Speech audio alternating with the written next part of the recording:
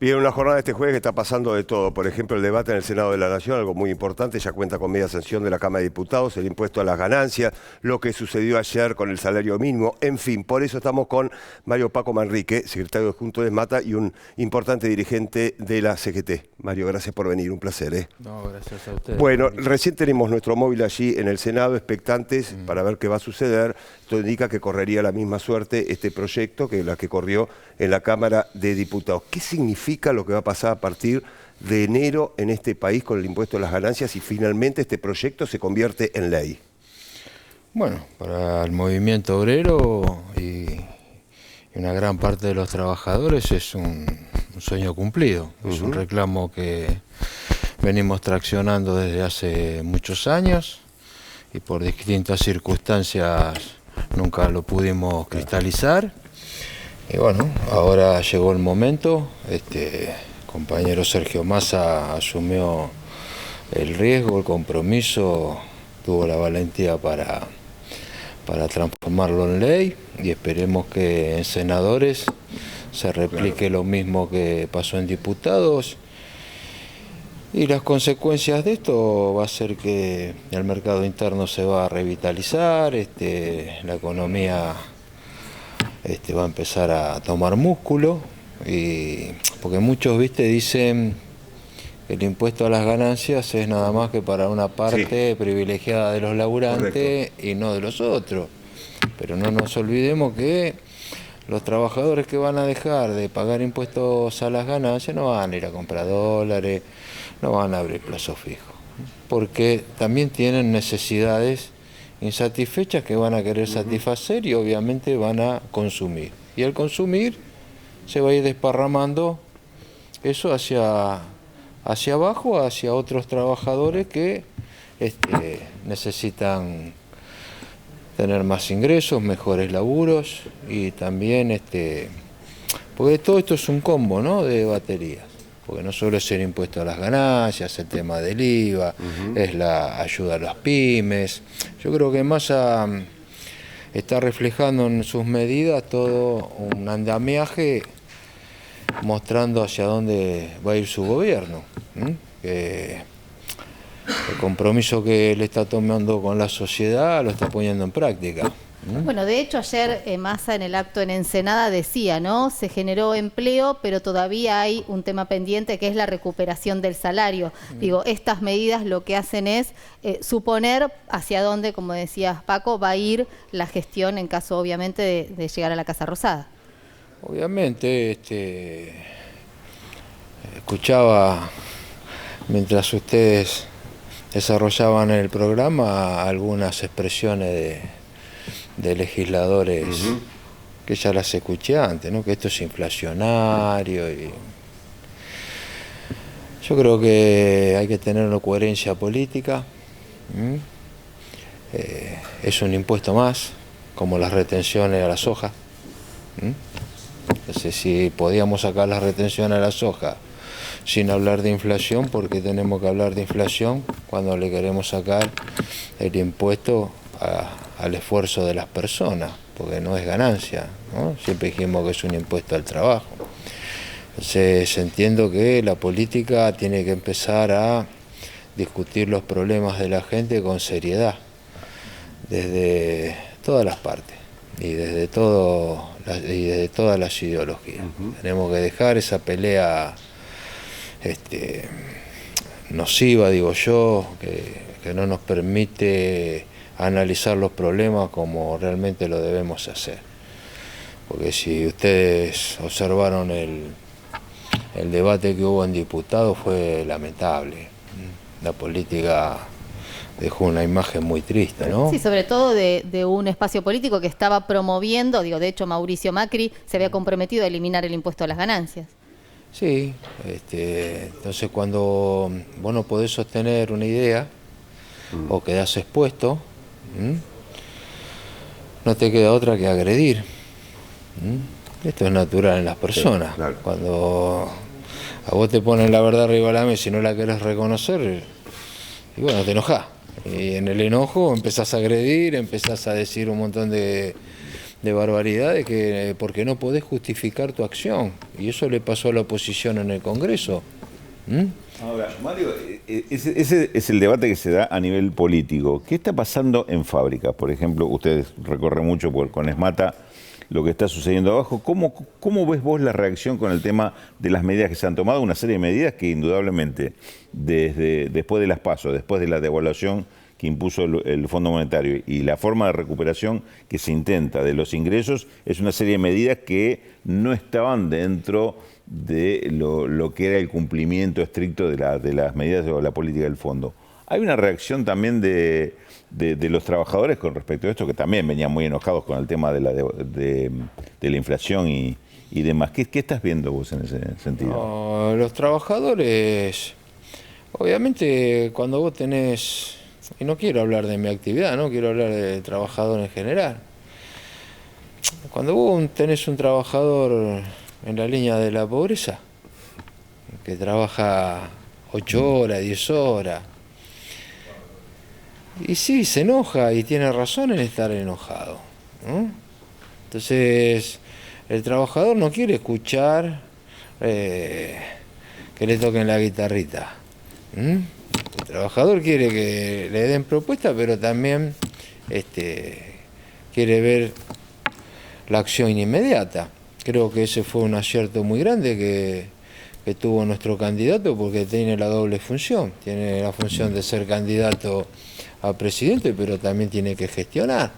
Entonces, cuando la oposición libre para chicañarlo dijo, mandalo ahora que te lo aprobamos, bueno, toma, acá lo tenés. Ahí demostró que también, más allá de tener capacidad, tiene la valentía suficiente para encarar los desafíos, y eso el trabajador lo valora y lo reconoce, que no tuvo que esperar al año que viene para ver si cumple lo que está diciendo. No lo cumple antes de ganar o perder las elecciones. Pues el trabajador empezó a valorar eso. También, viste, cuando dicen son medidas electorales, Sí. desde el primer día que te sentás en el sillón de Rivadavia, todo lo que haces es electoral. Igual. Sí, de hecho también Todas las medidas que tomás. en una campaña donde realmente hay proyectos antagónicos. Digo, lo cierto es que se está proponiendo eliminar la ultraactividad de los convenios colectivos, de las vacaciones, de las indemnizaciones, digo, derechos laborales logrados, que sería un retroceso. Se vende como novedoso algo que sería retroceder en derechos ya adquiridos. Porque vos, cuando trabajás sobre las miserias humanas, podés recurrir a esa retórica. ¿Qué digo trabajar sobre las miserias humanas? Tenemos una gran problemática social en la Argentina. Salieron los índices de pobreza y hemos superado el 40%. Obviamente, como peronista me da vergüenza, me da bronca, me angustia que esa situación ocurra. Hay otros que se alegran que esa situación ocurra, entonces trabajan sobre eso. Si vos lo observas a Milei te hace un spot publicitario donde te va arrancando ministerios y te dice Ministerio de Educación afuera, porque el adoctrinamiento kirchnerista cierra en lo que él cree es la bronca de la gente. Y es una técnica eso, porque la gente se queda con lo último que dice. No se pone a reflexionar qué significa sacar el Ministerio de Educación. No se pone a reflexionar lo que significa sacar el Ministerio de Salud. Entonces, a la hora de explicar cómo va a ser para traccionar un país sin la presencia del Estado, empiezan a resbalar. Quiere bajar el 15% del Producto Bruto. Sí.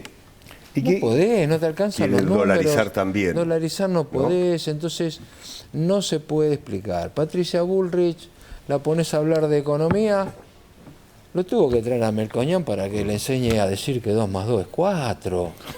porque no sabía diferenciar entre deflación o inflación, y no lo digo faltándole el respeto. Y si sonó así, pido disculpas, porque ya está, no podemos hacer política faltándonos el respeto permanentemente.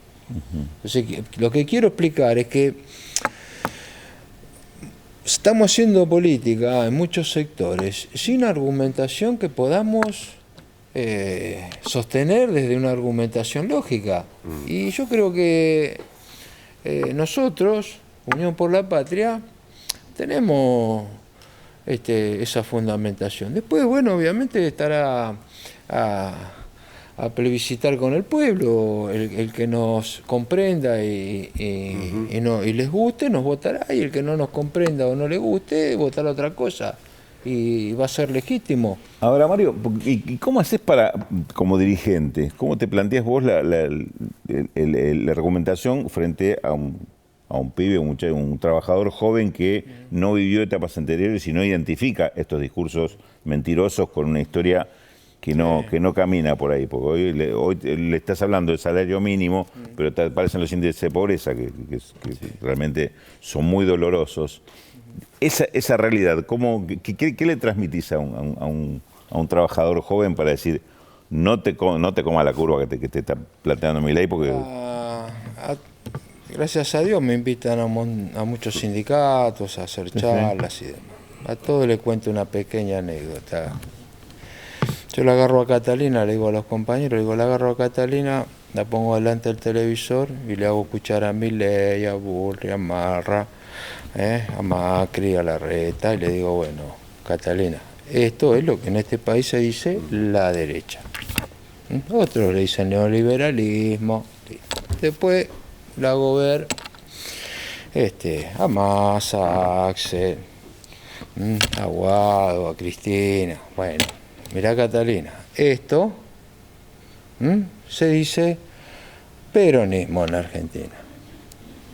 Pero que nos cambiaron la palabra y ahora nos dicen populista. ¿Qué elegí, Catalina? Catalina me va a decir, elijo a los que le dicen populistas o peronistas. ¿Quién es Catalina? Es mi hija de 6 años.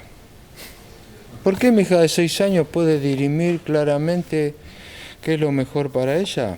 Porque en el corazón de Catalina no hay bronca, no hay odio.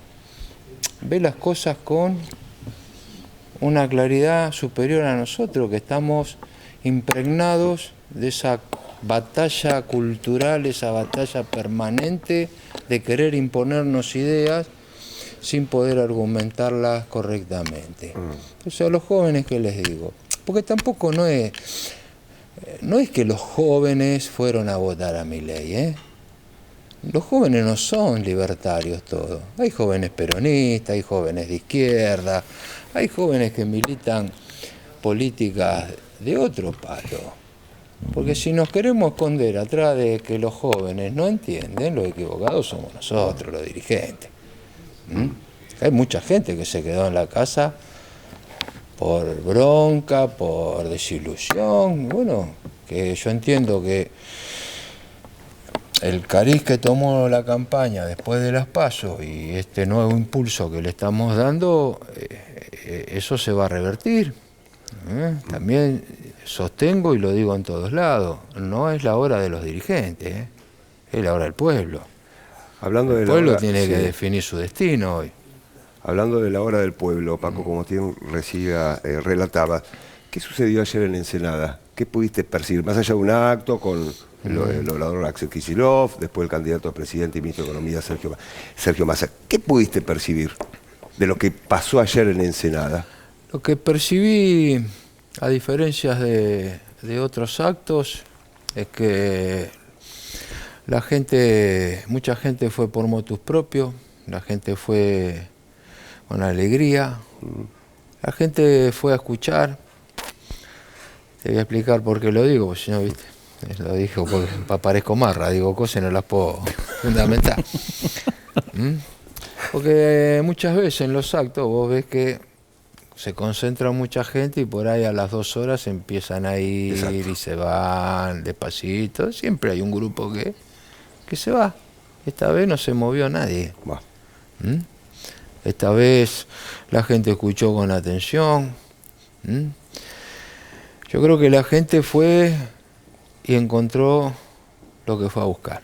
La gente fue a querer escuchar a sus dirigentes hablar en serio, a escuchar propuestas concretas y compromiso. Por eso la gente va a tener que ser custodio de que nosotros cumplamos con el compromiso social esta vez. Bien, Paco Manrique, gracias por haber venido. No, gracias Muchas a gracias. ustedes.